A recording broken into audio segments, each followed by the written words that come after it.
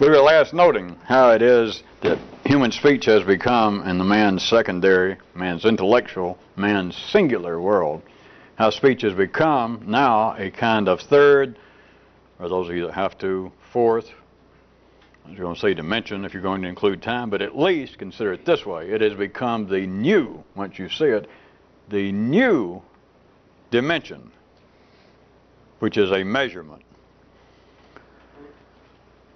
And keep in mind that speech does not merely measure what man is doing in the secondary world, but that the secondary world, the intellectual, the civilized, everything above the primary, minimally sustaining life on this planet, that everything else, the secondary world as we've been calling it, that speech does not merely measure it, but the secondary world could not even exist without speech. And if you're either beginning to see it or you don't, there's not much profit to stop and try to tear this all apart and to say that the secondary world would not operate if all we had were, even if we could still speak, if all we had were the 3 measurements, even 4 measurements. The secondary world would not run. Simply could not work. But if you can see it past that point, then it is self-evident that it could not exist, because operationally speaking is the ultimate definition. Because you can say anything you want to.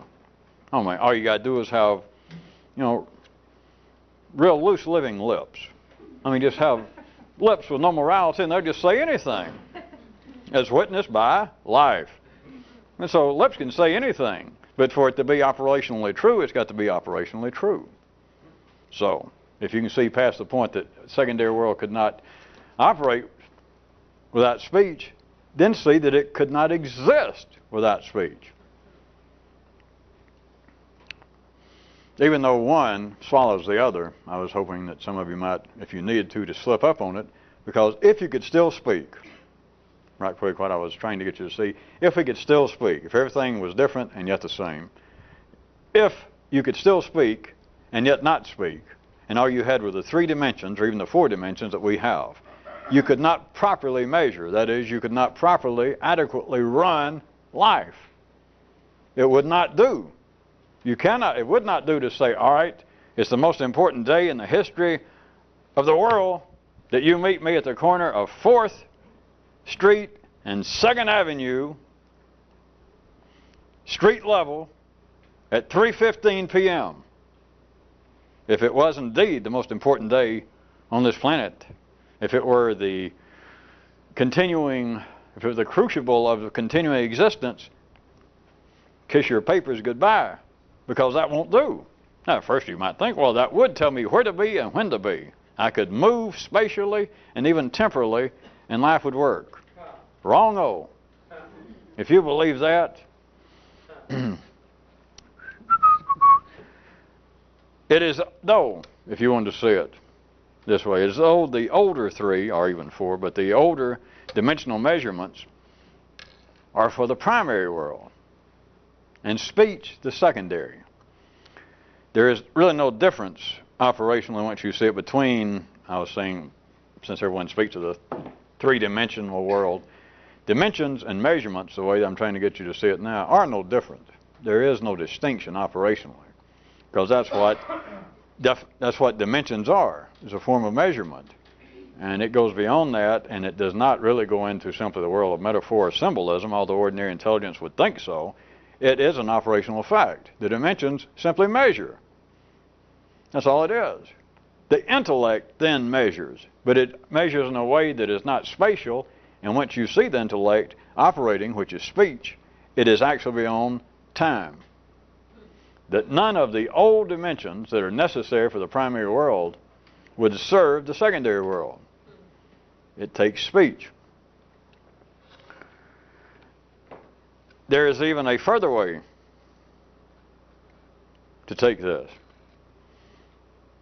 You could note what an unusual situation this is. That is, man's secondary world as related to speech. What an unusual area it is in which things commented on could not exist without the comment thereon.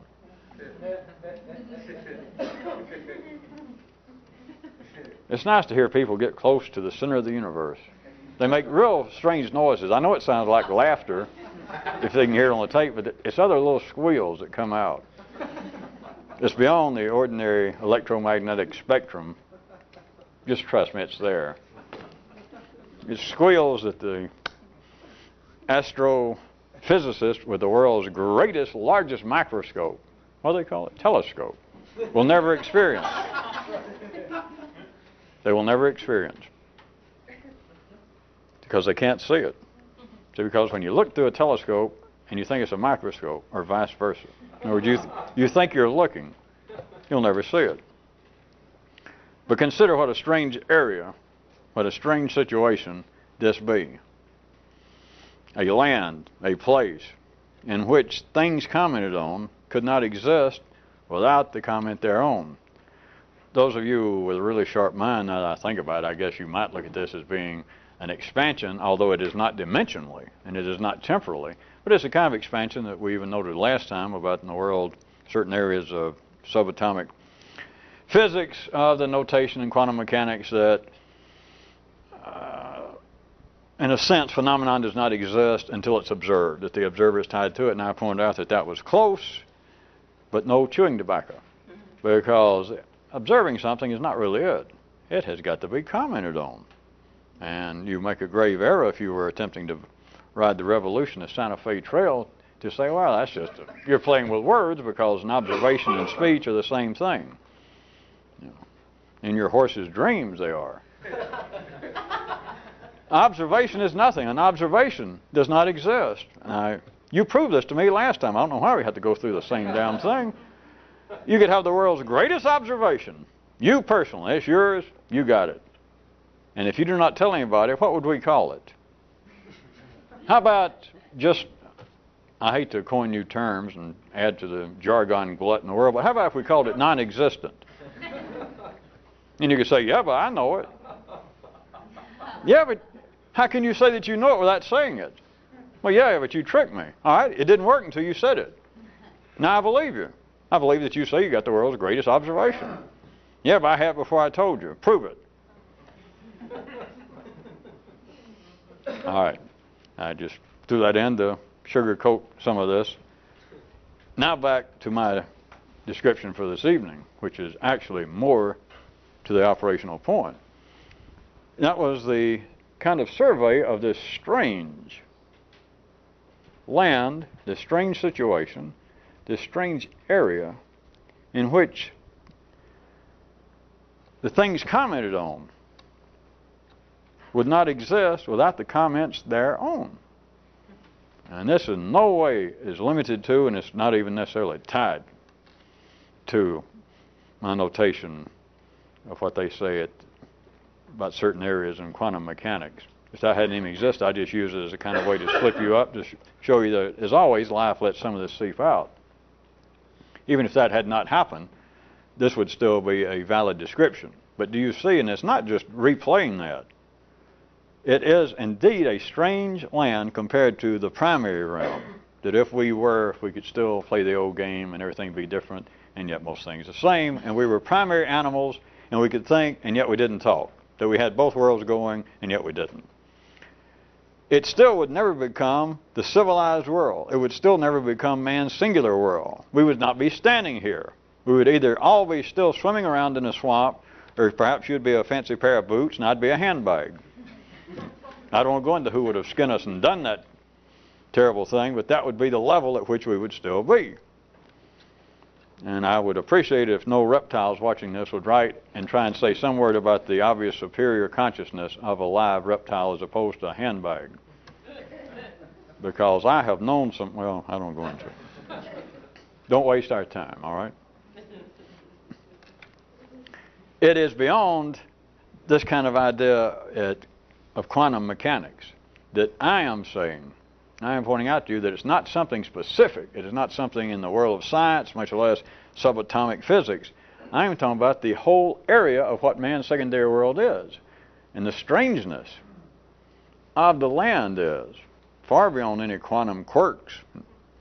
The strangeness is that you have an area wherein things commented on would not exist without the comments thereon. Now there is a stranger way, further, to take note of it. And that is to say that the comments on a thing in this land and the thing commented on are inseparable. You don't find that stranger? I don't tell you it's just some ordinary sequential progression of me pushing the words. It's really a different level of strangeness. If it be true, and by God it is true. Because we said it on this tape, and you know how that goes. That in this strange and different situation in this area, the comments on a thing and the things commented on are inseparable. That's beyond just saying that you could not have the things commented on without the comments being made on the things. If you can hear that and begin to get a quick glimpse of it, that would fit, I suggest to you, my little passing provincial description of it being strange. But it is even stranger to consider that comments on a thing and the thing commented on in this area are inseparable. Which I guess if we wanted to really be fancy-wancy, somebody could say, well, if that sentence is to be taken at sentence value, then you're just saying they're synonymous. But I won't do that. I won't say that. Because it cannot be, right? Cannot have the process, the action of a description, that is, things being commented on, and an object within the sentence, a subject or an object, that is, the thing. They can't be synonymous. If you're going to start playing those kind of ridiculous grammatical games, then someone would have to say, well, you're just saying that a verb and a noun could be synonymous, and they cannot. And it's not a matter of rules of grammar. It is a matter of I'm speaking now for an ordinary person, if they were to take this kind of line of thought, they would say it's not impossible to say that a noun and a verb could be synonymous in any way, because it gets right at the heart, not just of language, but at the heart of reality. That if reality did not have a difference between objects, between things, and then even though the thing could be now a part of some action coming up, that there is no way that a rock, and the throwing of a rock in flight, is in no way, sure, the rock is in the sentence, the rock is in the idea, the rock is in flight. But to say in some way that a rock and a rock in flight, a rock being thrown, is synonymous is perhaps metaphorical beyond belief. Now I'm through talking for those ordinary people. Metaphorical beyond belief, my ass. In the world of man, it is just so obvious that it makes Tupperware look fancy once you see it. That in man's world, there's no exception. It's not a metaphor. It's not symbolic. It's just, nutso.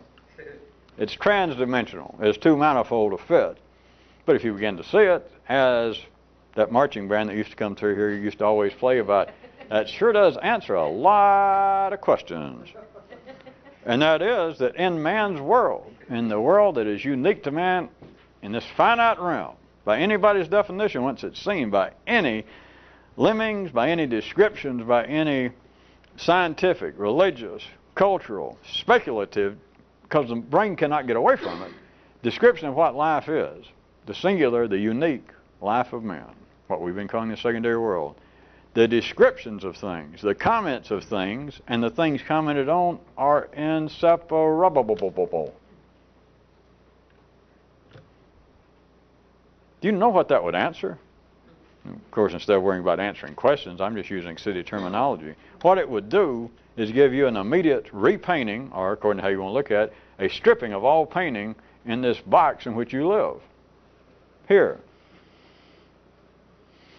the barbed wire fence surrounding your top 40.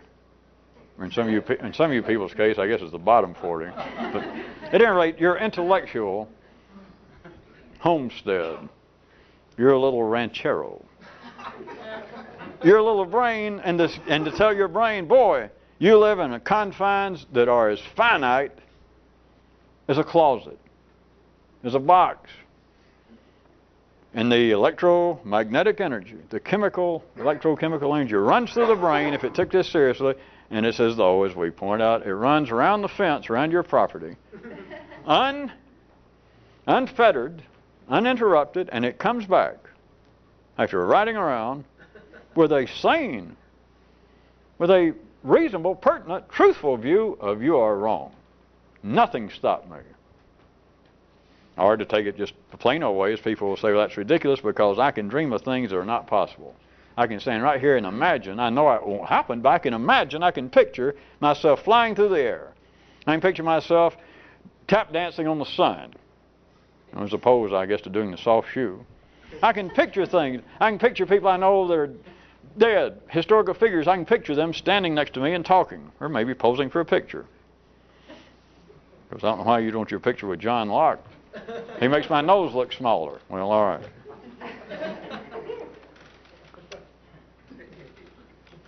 It would strip the paint from the closet in which the intellect lives, which is simply, it's no offense to your intellect, we're talking about a finite world, a three-dimensional world, even a four-dimensional world.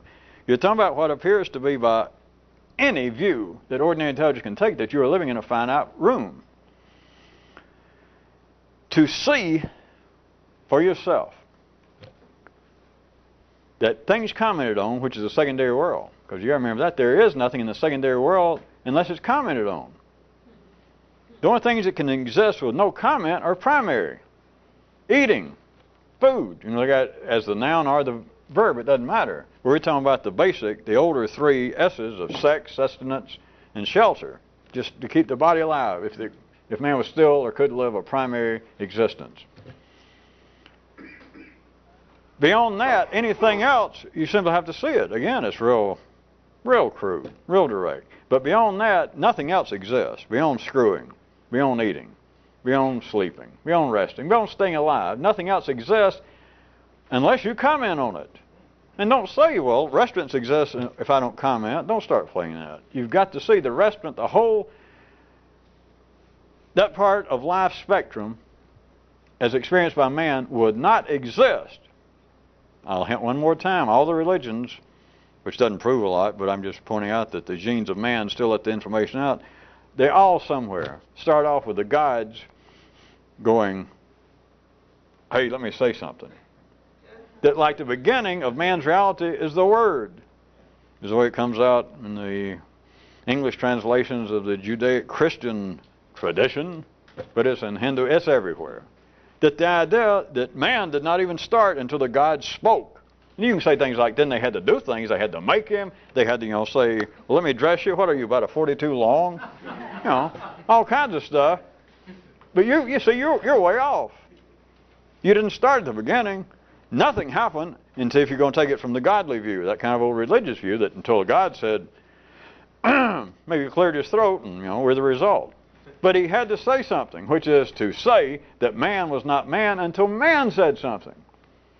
There is no secondary world. Just don't go off on some speculation. It's not to say, well, it wouldn't be as complex or it wouldn't be as it wouldn't be here. You would be no more, no offense to them. It's bad enough to have letters coming in here from alligators. I don't want other animals, but you'd be nothing but a beaver. You could have no form of civilization. There'd be no form of man's uniqueness beyond a beaver or a chimp or an attorney. Man would not be in any way a homo sapien, much less a homo duplex. If we're going to accept that guy's suggestion from last time, that Kyroots. Without speech. But then it's not simply to say, well, speech is tied to it. We're beyond that. Well, speech is important to it. Or, well, all right, there's no doubt speech makes it more efficient.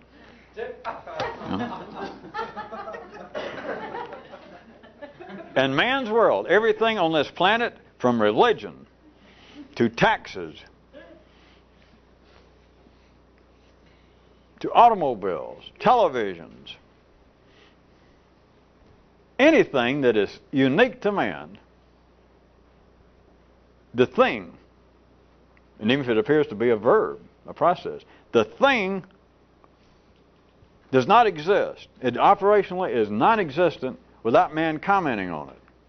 But then to see that the things commented on are inseparable from the comments. It is not a matter of causation. It's a matter of what I just said. It is a strange land. It is a strange room. I know that the human intellect is inclined to say that the idea of infinity is strange, which I know what the ordinary mind is, because you can't think of anything without an end to it. But it's not really strange if you can get your mind beyond that, because in a sense the operational strangeness is the idea of finiteness, as opposed to what the great thinkers in the city say, which I understand. You got the great thinkers in your own spinal city, that it would seem at first blush, if you're still 12 years old, or you're still religious, or you're still just running by ordinary intelligence, the idea of infinity, just trying to picture the idea that, ooh, the universe doesn't have an end. You know, it can't be. Boy, it makes my head hurt. I feel like Woody Allen. There's somebody intelligent in the city. And to say that is weird. That is weird to think of something. And boy, there's some scientists I read in a magazine that say there cannot be an edge, an end to the universe. Boy, that's weird. I understand. But that's not weird. Weird is finiteness. Because once you get past that, once you see past finiteness, once you realize that finiteness equals relativity. Finiteness equals, from a revolutionist view, let's say, non-understanding. Finiteness equals the eternal merry-go-round. Finiteness equals what another guy in a Kyroots last time pointed out, that ordinary thinking seems to be kind of shaped round. You remember? That is finiteness. That's what's weird. And to understand that the things commented on in the finite world are inseparable from the things themselves, that's what will strip the paint off of your finite room. That's what will make that electric barbed wire fence going around your property that will take these inquiries or these comments that, well, boy, you live a limited existence. Huh! And it runs around and comes back. It'll come back short-circuited. It'll come back no longer beige. It will come back a floral print.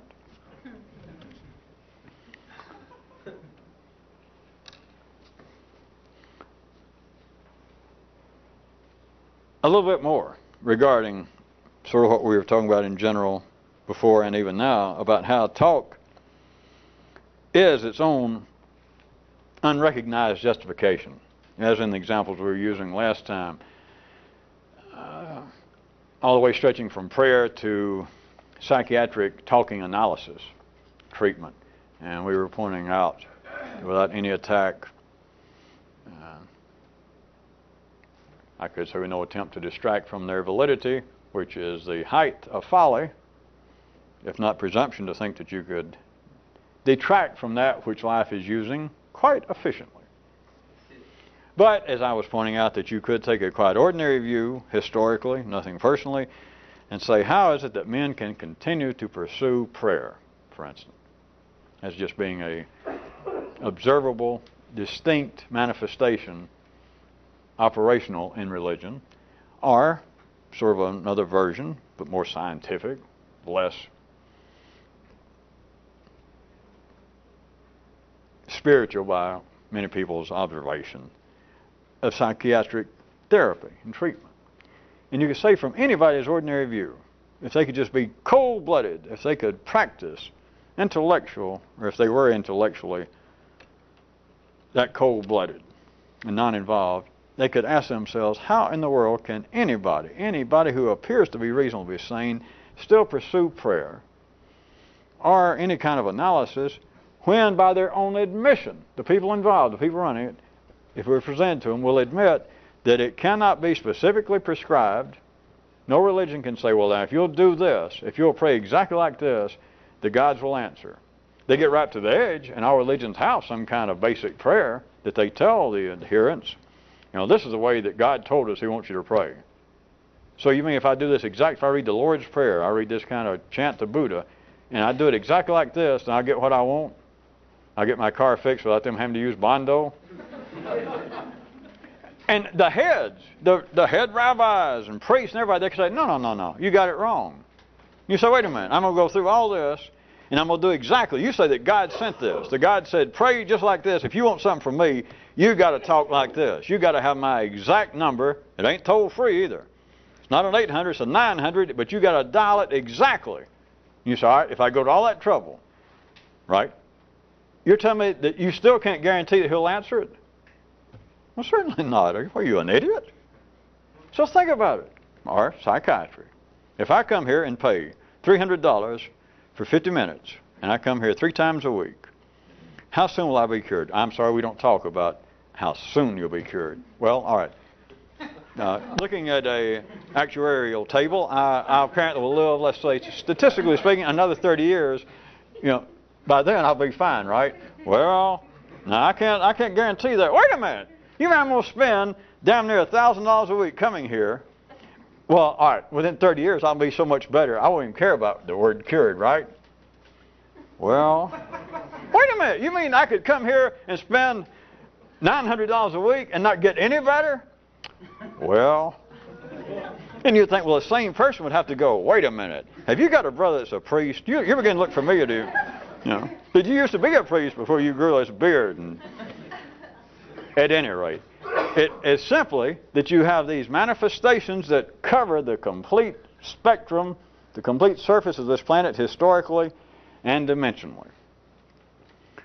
And going from prayer to analysis, I'm just trying to wrap it all up, all cultural activities such as that, they cannot be prescribed and they cannot be reasonably predicted.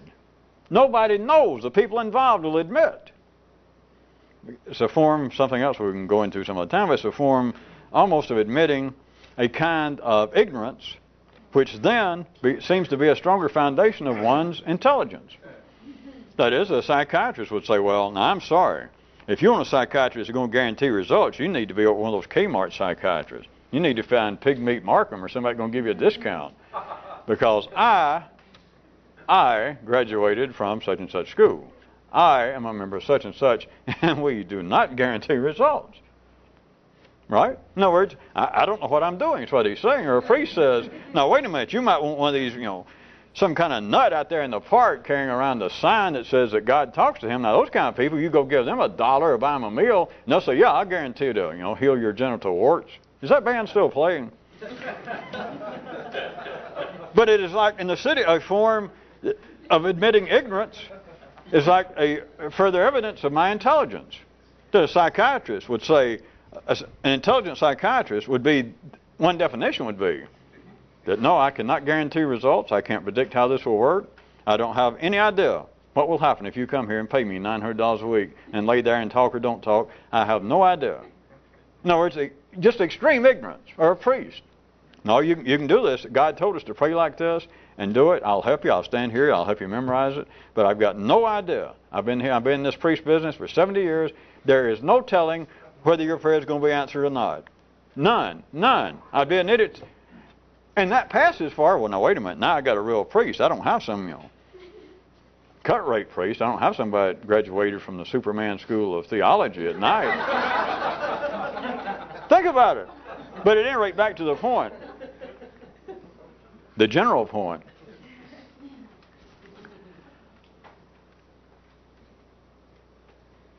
From any kind of non-critical observation, just sane, you could ask yourself, why can man continue to pursue such things as prayer or as psychiatry, as a therapy, when it is absolutely, obviously, uncontrovertibly, unpredictable, and unprescribable, other than saying, well, try it. That's the best prescription they can say. Come here and pray. Come to my office 3 times a week. That's the prescription, which is, in a sense, you must understand, operationally speaking, is non-prescriptional. In other words, they admit we do not know what we're doing, and even if we do, which we don't, but we don't know whether it'll work or not. And you say, if you look at it that way, with no criticism, then you could ask yourself, off being the cold-blooded private buccaneer you are, then you could say, well, why do they do it? And I gave you the answer, of course, so it's no surprise in that. And the answer is that the purpose is not to be helped with prayer, or on the other hand, now you have pretty hands. What are you doing? On the other hand, psychiatry, on the other hand, on the psychiatry, the point is not to be cured. So, taking this full spectrum, it is not to either be helped or to be cured. The purpose of it is to talk. That's it. Not that that is of no consequence, because it is of every consequence. But that is it. And if you tried to tell that, I bet you can fill this in. If you tried to go out and announce to the world, if you put up a sign, free beer, and everybody showed up, and you said, by the way, before we start pouring the beer, I'd like to tell you something, that the purpose of everything in life, all the way from prayer to art, to romance, to family reunions, to new car purchases, to joining a book club, and then all the way over to undergoing analysis, the purpose of it all is not what it seems to be. The purpose is all the same. The purpose is to talk. And you had all of humanity, at least all the right-thinking humanity that had a thirst, waiting there, and they'd say, is that it? And you say, yes. And they'd all holler, break out the kegs. And if you say, well, wait, would you just think about what I said for a second? And all of humanity would say, all right, wait a minute, free beer, we can think a minute. And they'd all go, all right, break it out. What does it mean? Well, it means you can strip away that beige paint from your room. Well, at any rate, we had already covered. I just wanted to expand right so that nobody was too inclined to choke on the ideas or the examples of prayer and psychiatry. Just since we were last talking, one example just popped up. It's the full spectrum across the cultural, educational life of humanity to try and take it out of the strictly secular or temporal. It's not just religion, and it's not just psychiatry. I just use those two and sound to pick on them, as all of you know by now, because they are living paradigms from horizontal, from three-dimensional polarized views of what would seem to cover the full spectrum, all the way from good, the most fundamental religious people in the world, to over here the most atheistic, humanistic, intellectual people. So you got all the way from priests and rabbis and down-home preachers over to smart-ass Yankee psychiatrists, right? But in there is everything else. And as I was saying, just so that maybe, at any rate, another example, there was a spokesman hit the public media in the last 48 hours, and they were advertising a new museum of television opening, where else, I don't want to say, in a large western city. And the head of the museum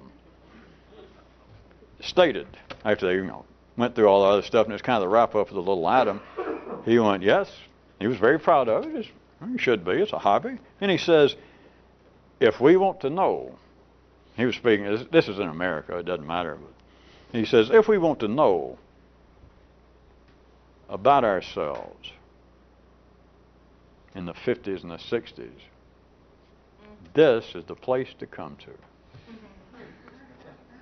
Which, again, not attacking television or that museum any more than religion and psychiatry. That is patent foolishness. Harmless. And in fact, it serves life's purpose. But do you see? And if you were just listening with ordinary mind, and you were just an ordinary person, which you're supposed to be. I don't know what the hell you're doing here. But if you're just an ordinary mind with an ordinary intelligence, and you heard something like that, and if you were an ordinary person, you'd have some ordinary interest in television. And if you're old enough, and the guy said, this is a fascinating place, and he's done all that, and he's wrapping up the little item, and he says, if we want to know what we were in the 50s and the 60s in this country, this is the place to come. Now, I could stand here as well as he could, and maybe you could, even ad-lib as fast as you could, and talk about, of course, obviously some of it would be metaphorical, but about how television represents what we are, and how the burgeoning industry, beginning in the 50s, and the widespread growth of the networks and increased programming and then alternative programming, and how all this is reflective, indicative, instructive of what we are. So if you want to know what we were in the 50s and 60s, this is the place to come. You can defend that if you want to, but you see from another view, that's just ridiculous. Useless. I don't mean it has no operational validity with ordinary people, but it's ridiculous. It is perhaps the granddaddy of that kind of ridiculousness, of course, is the Owen, very old, and I quote, "We cannot know where we're going unless we know where we've been." And that is so old and honored that nobody but a rank of no consequence smartass would ever stand up, because there is even no stand-up notice in history that anybody's ever stood up. And they say that to just point out, with no philosophical discussion, just to point out that this is rank insanity.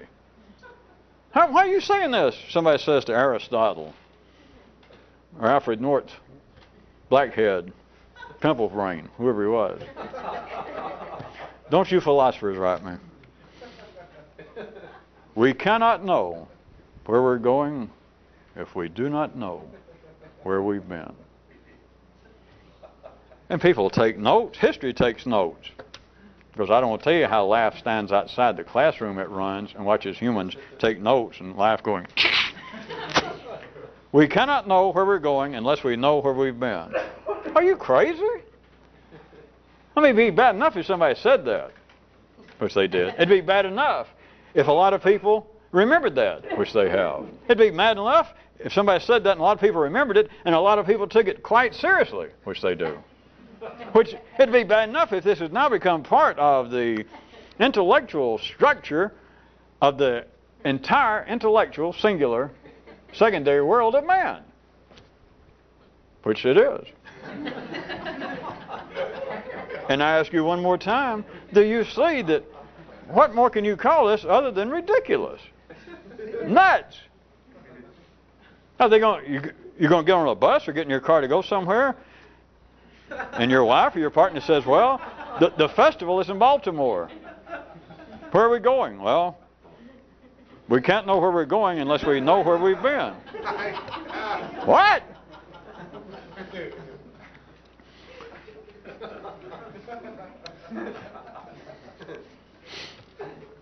Well, I say it was kind of the granddaddy. We could look at a little bit more right quick. Really the pinnacle of all of this, to take it beyond the kind of old truisms such as can't know where you're going and etc. By the way, that one, as much as we laughed and I point out it's absolutely ridiculous, there is an aside I should throw in for those of you that can do it right quick. That about we cannot know where we're going unless we know where we've been. Beyond all of that, there is another way that you could look at this, that there is a little kind of validity. It got nothing to do with ordinary people. But if you can see it, there is a kind of validity in that whole idea is kind of like genes slipping in an unrecognized message, making note of their continuing supremacy. I'll leave that to you. I was back to say that beyond the ordinary known truisms, we can't know where we're going if we don't know where we're going. The real pinnacle of life's efficient use of talk is that in the areas, even though man would otherwise, or was presented otherwise, in the areas that man otherwise would recognize as being, that recognize that he undeniably and basically in genetic ways cannot alter himself, that in spite of him knowing that, life continues to drive him, and he will, in spite of that, be driven and accept his continuing speech, the most passionate speech, that his purpose, his aim is to change himself. What is life? What is civilized life? The more civilized, the more sophisticated, the more intelligent you are, whether you be still using religious terms or non-religious terms. The civilized world, the secondary world of man, the world of speech, the basis of it, the highest octane, the most passionate speech is about, they might call it self-improvement, they can call it anything you want to, but it's about changing yourself. That I want to get my doctor's degree. My family deserves it. And you go off on, I smoke too much. I need to stop. Not too much, I need to stop. I need to lose weight.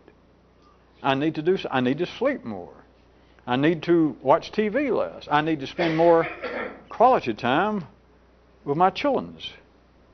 It's all a matter of man saying, I need to change. I need to grow. Whatever he wants to call it. But he's saying, I need to change.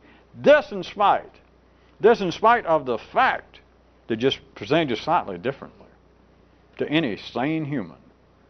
This in spite of the fact that humans know that at the basic genetic level, he is inalterable. He knows it. I mean, it's nothing to discuss. And in spite of that, talk about efficiency, life drives man that his most passionate, his most common form of speech is that I can change. I should be changing, and of course I can change. So what you have in the secondary world is a running, uninterrupted, impassioned speechathon regarding the impossible. You don't have to wait till Labor Day. You don't have to call in Jerry Lewis. It is your own running, totally involved speechathon regarding one thing, or the core of it. It is a speechathon, a non-stop regarding the impossible. And he knows it, in a sense. It's ridiculous for me to say man knows it, because if you've got that which appears to be in opposition, such as me first saying that man knows that at basic genetic levels he is inalterable. Any sane person knows that. That's over here. But then I should change. I should run more. I should get more sleep. I should eat less cholesterol. And as long as you do not have to, which you don't have to, put them together, they can operate. It is a form of fuel. It's a kind of friction energy, which is the polarized basis of energy within this three-dimensional room. It is efficiency on the hoof. A continuing impassioned speechathon regarding the impossible.